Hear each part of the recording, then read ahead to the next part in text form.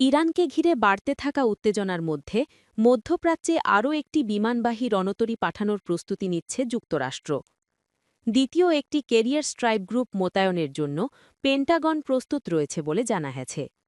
অল্প সময়ের মধ্যেই এ বিষয়ে চূড়ান্ত সিদ্ধান্ত আসতে পারে। কূটনৈতিক অনিশ্চয়তার মাঝেই যুক্তরাষ্ট্রের এই সামরিক তৎপরতা নতুন প্রশ্ন তুলেছে। এটি কি কেবল চাপ তৈরির কৌশল, নাকি বড় ধরনের কোনো সংঘর্ষের পূর্বাভাস? মার্কিন প্রতিরক্ষা দপ্তর পেন্টাগন মধ্যপ্রাচ্যে দ্বিতীয় একটি বিমানবাহী রণতরী মোতায়েনের পরিকল্পনা করছে বলে জানিয়েছে ওয়াল স্ট্রিট জার্নাল।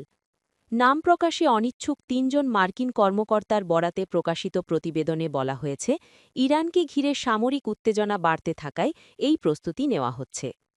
প্রতিবেদন অনুযায়ী প্রয়োজনে কয়েক ঘণ্টার মধ্যেই মোতায়েনের নির্দেশ জারি করা হতে পারে। তবে এখনও এই বিষয়ে চূড়ান্ত অনুমোদন দেননি প্রেসিডেন্ট ডোনাল্ড ট্রাম্প। পরিস্থিতি পরিবর্তিত হলে পরিকল্পনাও বদলাতে পারে বলে সতর্ক করেছেন সংশ্লিষ্ট কর্মকর্তারা। সম্ভাব্য যে রণতরীটি মোতায়েন করা হতে পারে সেটি ইউএসএস জর্জ এইচ.ডব্লিউ. বুশ। নির্দেশ পেলে নির্ধারিত সময়ের আগেই তারা প্রস্তুতি সম্পন্ন করতে সক্ষম হবে বলে জানানো হয়েছে। মার্কিন কর্মকর্তাদের মতে ২ সপ্তাহের মধ্যেই এই মোতায়েন কার্যকর করা সম্ভব। এই পদক্ষেপ শুধু সামরিক প্রস্তুতির ইঙ্গিত নয়, বরং কূটনৈতিক চাপ তৈরির অংশ হিসেবেও দেখা হচ্ছে।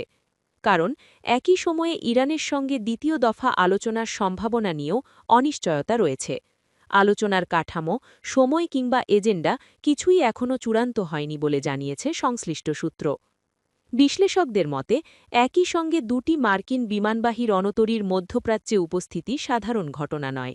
সর্বশেষ ২০২৫ সালের মার্চে ইরান সমর্থিত হুতি বাহিনীর বিরুদ্ধে অভিযানের সময় ইউএসএস হ্যারি এস ট্রুম্যান এবং ইউএসএস কার্ল ভেনসেন ওই অঞ্চলে মোতায়েন ছিল।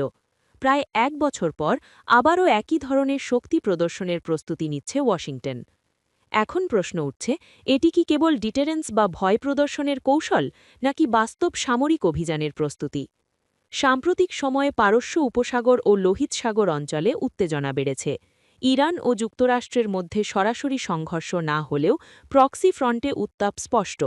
যুক্তরাষ্ট্র যদি দ্বিতীয় রণতরী মোতায়েন করে, তাহলে তা শুধু সামরিক ভারসাম্য নয়, রাজনীতিতেও বড় বার্তা দেবে।